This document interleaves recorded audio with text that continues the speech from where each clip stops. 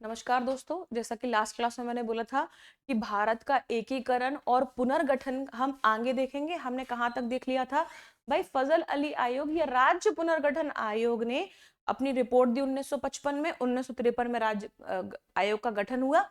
उसके बाद आगे की स्टोरी क्या है अब हम वो देखते हैं। क्लियर है?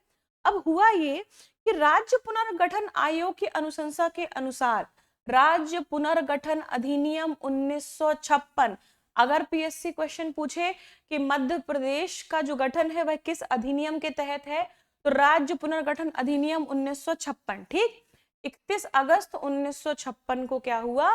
राष्ट्रपति की स्वीकृति के बाद लागू हुआ। कब? 31 अगस्त 1956। अब हुआ क्या परिणाम स्वरूप? 1 नवंबर 1956 को भारत के 14 राज्य और 6 केंद्र शासित प्रदेशों का क्या हुआ? गठन हुआ। इन 14 राज्यों में क्या मध्य प्रदेश था? हाँ, मध्य प्रदेश था। कौन सा वाला मध्य प्रदेश? हमारे विभाजन के पहले वाला।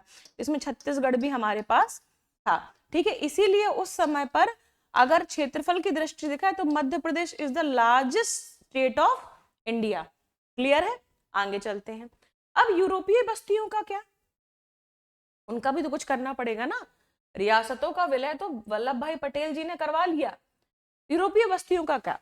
तो दो प्रकार की बस्तियां कौन सी? एक पहली तो फ्रांसीसी और दूसरी पुर्तगाली। इन्होंने क्या किया? स्वतंत्रता के समय भारत के चंद्रनगर, पौंडीचेरी, कराईकल और माहे, ये 4 क्षेत्रों में फ्रांस का अधिकार था। अगर आप इनको मैप में देखोगे तो ये सभी एक क्षेत्र पे ना होते हुए अलग अलग क्षेत्रों में क्या है? लोकेटेड है। हमारी अंग्रेजों से आजादी के बाद भी ये जो रीजन थे वह फ्रांस ने अपने पास रखे, छोड़ने को मान ही नहीं रहा था। अब हुआ ये कि पृथक पृथक जन्म संग्रह कराया गया। जन्म संग्रह कराने के वजह बाद नवंबर 1954 को फ्रांस की सरकार ने अपनी सभी बस्तियां क्या करी? भारत को सौंप दी। उन्होंने बोला कि ठीक है भाई, अंग्रेजों से तो आपने आजादी पाई ली है, हम भी यहां से चलते हैं। क्लियर है? इस संधि पर हस्ताक्षर कब हुए? 28 मई 1956 को इस संबंध पर संधि पर हस्ताक्षर हुए। इसके बाद इन सभी को मिलाकर क्या किया गया? एक पूरा पौंडीचेरी बनाया गया। इसमें चंद्रनगर, कराईकल, पौंडीचेरी और माहे था। क्लियर है? उसके बाद 14वां संविधान संशोधन 1963 यानी कि 14वां कॉन्स्टिट्यूशनल अमेंडमेंट 1963 के द्वारा क्या किया गया? पौंडीचेरी को केंद्र शासित प्रदेश के रूप में भारत में शामिल कर लिया गया। ठीक है, कोई दिक्कत? कोई दिक्कत नहीं। अगर आप देखेंगे कि क्षेत्रफल दृष्टि से ये अलग अलग हैं, पर ये एक ही केंद्र शासित प्रदेश के अंतर्गत आते हैं। ठीक है, चलिए अब आते हैं बात किस पे? पुर्तगाली बस्तियों पे। पुर्तगाली बस्तियों में कौन? दमनदीप, गोवा, दादरा नगर हवेली, ये 3। अब दमनदीप और दादरा नगर हवेली की जो डिस्टेंस है वह बहुत कम है, परंतु ये अलग अलग हैं, इनको अलग अलग माना गया।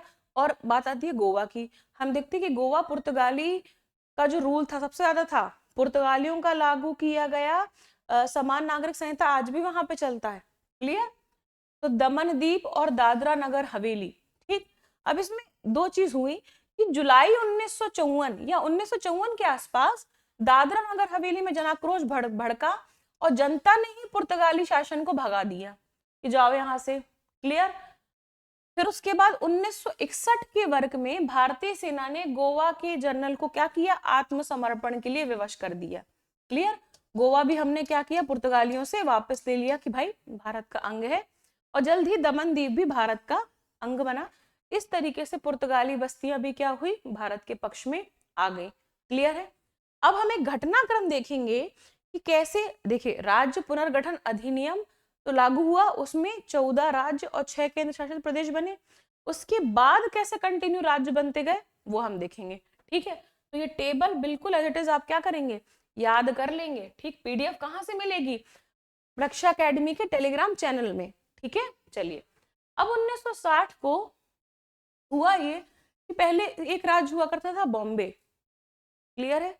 पूरा मिला के महाराष्ट्र हुआ करता था, बोलना तो ये चाहिए कायदे से।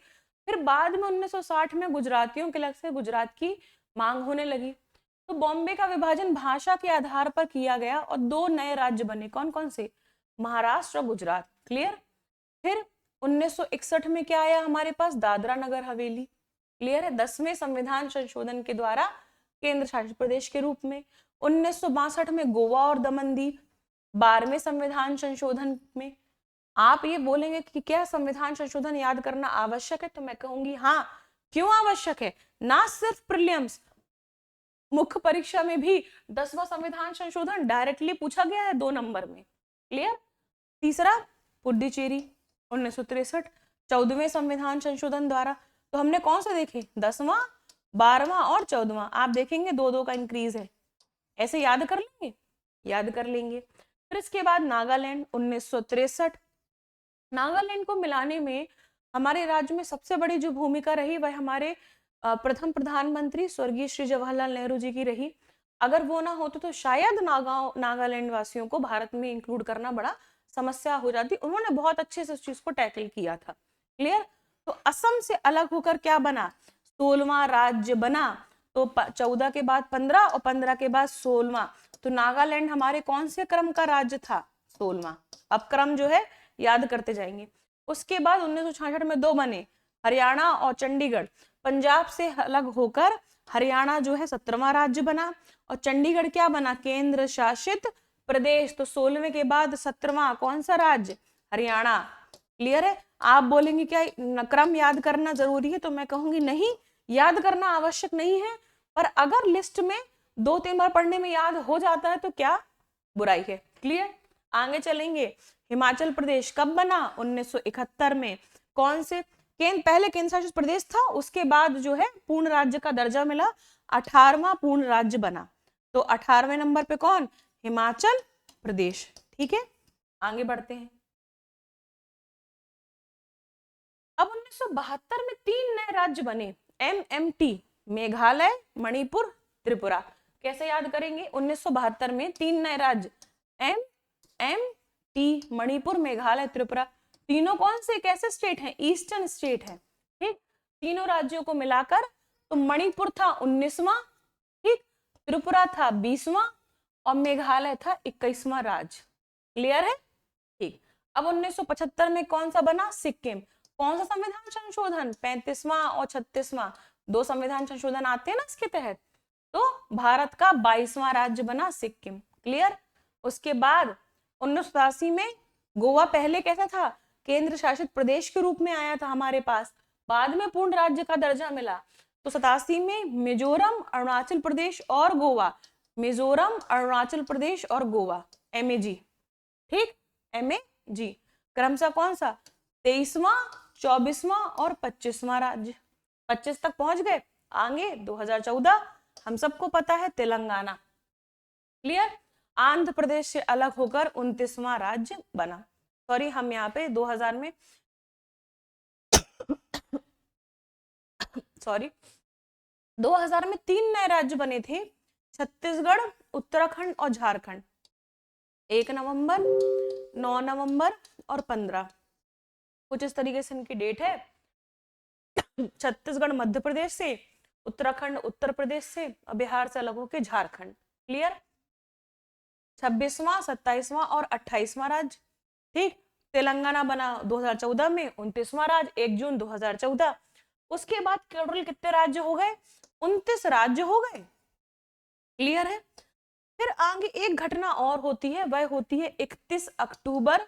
कौन सी, हमने ऊपर पढ़ी थी ना पिछली क्लास में, 31 अक्टूबर 2019 को जम्मू कश्मीर और लद्दाख के लिए पुनर्गठन अधिनियम आया और जम्मू कश्मीर और लद्दाख को अलग अलग भागों में बांटा, जिसमें जम्मू कश्मीर लद्दाख 2 अलग अलग केंद्र शासित प्रदेश बने।